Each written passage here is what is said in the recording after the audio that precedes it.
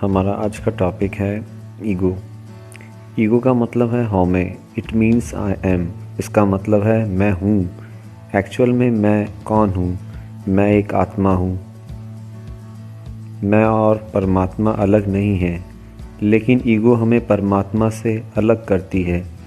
Ego make us different from God. हम जिस दुनिया में रहते हैं, यहाँ सभी लोग एक दूसरे से डायरेक्टली और इनडायरेक्टली कनेक्टेड हैं। Cause we are part of universe, क्योंकि हम इस ब्रह्मांड का हिस्सा हैं। हम सभी के अंदर बहुत सारी इच्छाएं हैं जो हमारे जीवन के लिए बहुत ज़रूरी हैं, पर इन इच्छाओं को पूरा करने के लिए हम दूसरों से उम्मीदें रख लेते हैं। यह उम्मीदें अक्सर हमें दर्द देती हैं या परेशान करती हैं। यह दर्द हमें किसी बाहर वाले ने नहीं दिया, इस दर्द को हमें हमारी ईगो ने दिया है, यानी हमारे अहम ने। मुझे बड़ा आदमी बनना है, मुझे बहुत पैसा कमाना है, मेरे पास अच्छी कार हो, मेरे पास बड़ा घर हो।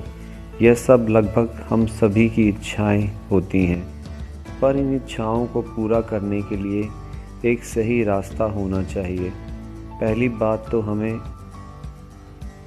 रास्ते के बारे में पता ही नहीं होता, और अगर पता लग भी जाए और हम उस रास्ते पर चल पड़ते हैं तो मंजिल तक पहुंचने के बीच का जो सफ़र होता है वो इतना आसान नहीं होता।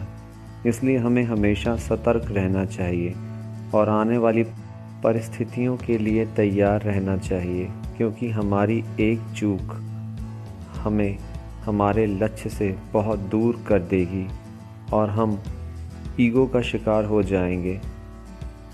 इसकी वजह से हमारा जीवन भी खराब हो सकता है। चलिए मैं आपको अहम यानी ईगो को और अच्छे से समझने के लिए कुछ उदाहरण देता हूँ।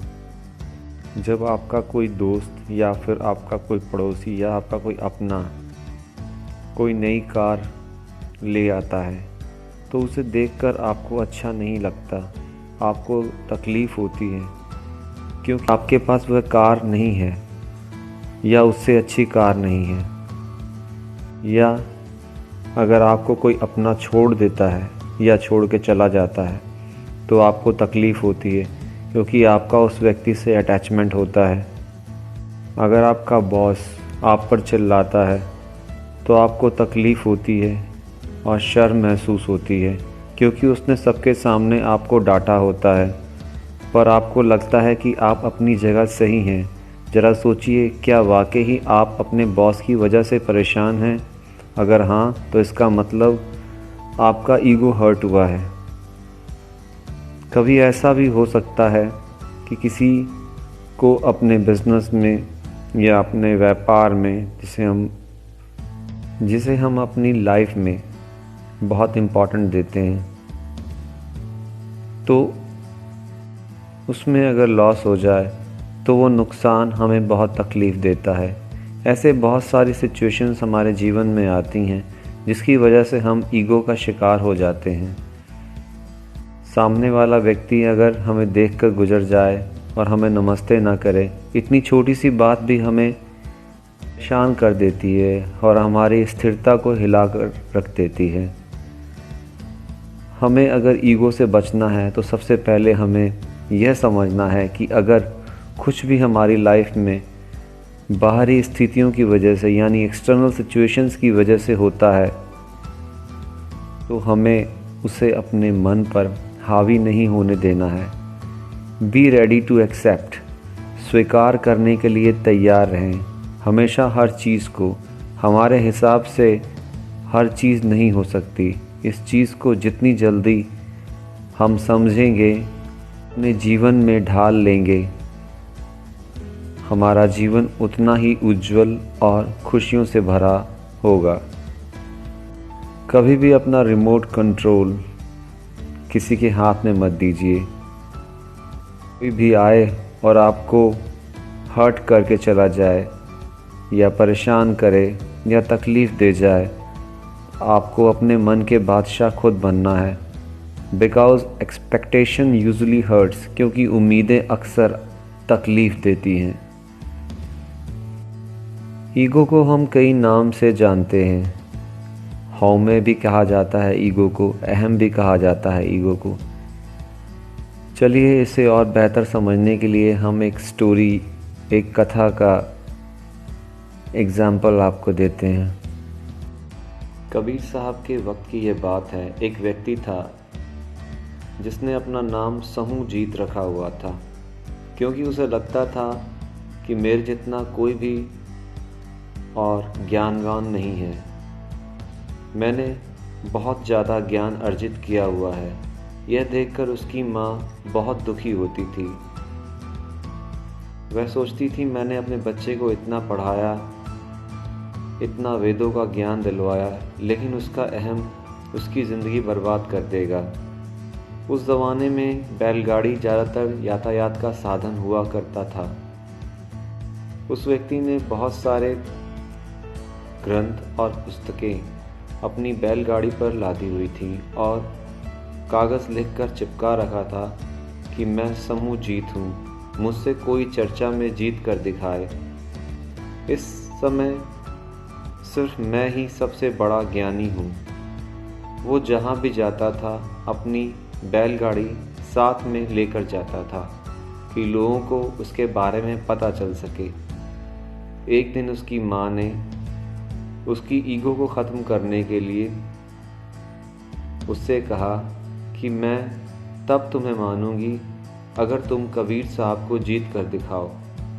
माँ का मन था कि कबीर जी की संगत करेगा तो वो हो सकता है अपने अहम को यानी अपनी ईगो को छोड़ दे। माँ की बात मानकर वह कबीर साहब के घर चला गया और जाके दरवाज़ा खटखटाया। इतने में उनकी पत्नी ने आकर दरवाज़ा खोला तो उस व्यक्ति ने उनसे पूछा, कबीर साहब घर पर हैं? तो उनकी पत्नी बोली, वो अंदर हैं, आप कृपया अंदर आ जाइए। यह सुनकर उस व्यक्ति ने कहा, मैं समूह जीत हूँ, मैं अंदर नहीं आऊँगा, आप उनको बाहर भेजिए और कहिए मुझे चर्चा में हरा कर दिखाएं। कबीर जी बाहर आ गए। वह बोला, आप मुझसे चर्चा कीजिए, मैं आपसे चर्चा में जीतना चाहता हूँ। कबीर जी बोले, क्या ज़रूरत है उसकी, मैं ऐसे ही बोल देता हूँ कि तुम जीत गए, मैं हार गया। वह व्यक्ति बोला, लेकिन मेरी माँ को कैसे पता चलेगा? अगर ऐसा है तो मुझे आप लिख कर दीजिए कि समूह जीत जीता और कबीर हारा। तो कबीर जी बोले, लाओ लिख देते हैं। कबीर साहब ने कागज़ पकड़ा और लिख कर दे दिया, कबीर हारा और समूह जीत जीता। उसने कबीर साहब से वो कागज़ लिया और माँ को जाकर दे दिया और कहा, माँ कबीर जी को जीत कर आया हूँ। माँ डर गई और सोचने लगी, मेरा पुत्र अहम से तो पहले ही भरा हुआ था, ये तो और अहम लेकर आ गया। मैंने तो सोचा था उनके पास जाएगा तो अपने अहम को ख़त्म कर देगा। यह सोचते हुए माँ ने जैसे ही कागज़ को पढ़ा तो उसमें लिखा था, कबीर जीता और समूह जीत हारा। तो उसकी माँ ने बेटे को बताया कि इसमें लिखा है कबीर जीता और समूह जीत हारा। बेटा बोला, मैंने तो वहाँ पर देखा था, उसमें लिखा था कबीर हारे और मैं जीता। लेकिन आपको पता है परमात्मा ने कबीर जी के लिखे हुए को पलट दिया। तो उसने वो कागज़ माँ से वापस ले लिया और कबीर जी के घर चला गया। वहाँ वो कबीर जी को मिलकर कहने लगा, आपने ये क्या लिख कर दे दिया? आपने लिख दिया कबीर जीता और मैं हारा। कबीर साहब ने कहा, लाओ मैं दोबारा लिख देता हूँ।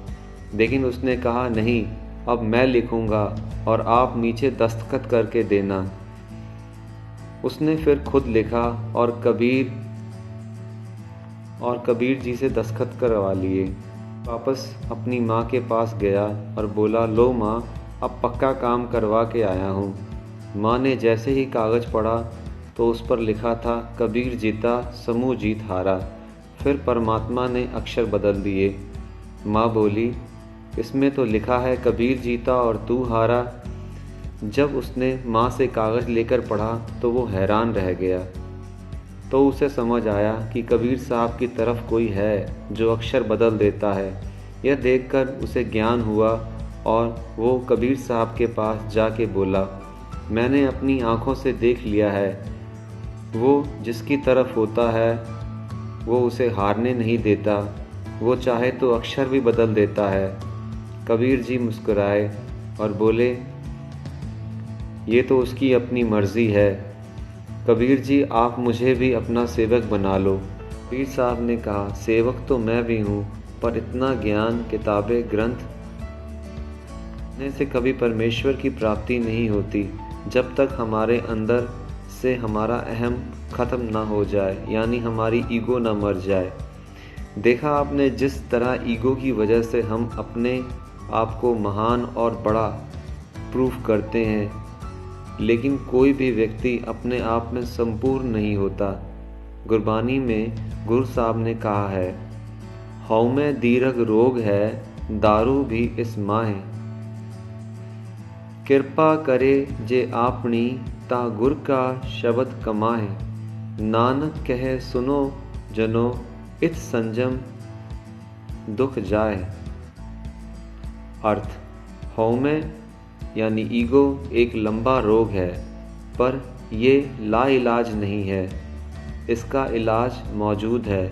यदि प्रभु कृपा करे तो व्यक्ति गुरु का शब्द कमाता है, यानी गुरु के कहे अनुसार कर्म करता है और अपने जीवन को जीता है। गुरु नानक जी कहते हैं, हे लोगों सुनो, इस तरीके से यह हौमे का रोग ठीक हो जाता है। वाहिगुरु जी का खालसा, वाहिगुरु जी की फतेह। अगर आपको यह वीडियो पसंद आई हो तो संगत जी आप ज़रूर बताएं कि अगला टॉपिक हम क्या रखें अपनी नई वीडियो के लिए, और कमेंट बॉक्स में इस वीडियो के बारे में अपने विचार ज़रूर दें। Thank you very much for watching this video.